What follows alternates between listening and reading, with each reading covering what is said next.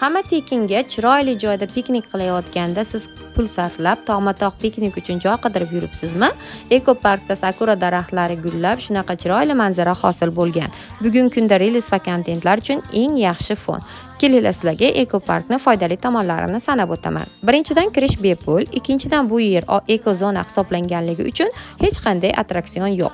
Uchinchidan, sportni sevuvchilar uchun bu yerda ko'plab sport zonalari bor.